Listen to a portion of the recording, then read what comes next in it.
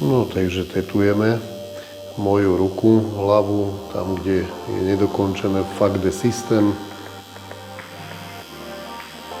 Veronika to vytieňováva teraz.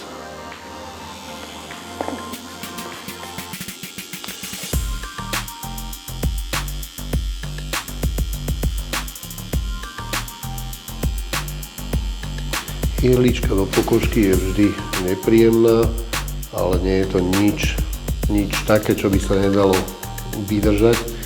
Proste raz to vydržíte, ak je to natetované dobre, tak už to tam bude držať.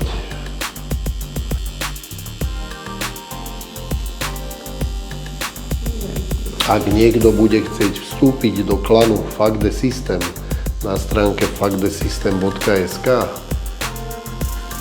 tak takéto tetovanie, a nie musí byť takéto veľké, ale tetovanie Fuck the System je tým najvyšším uznaním aj pre vás, aj pre mňa, že to myslíte vážne.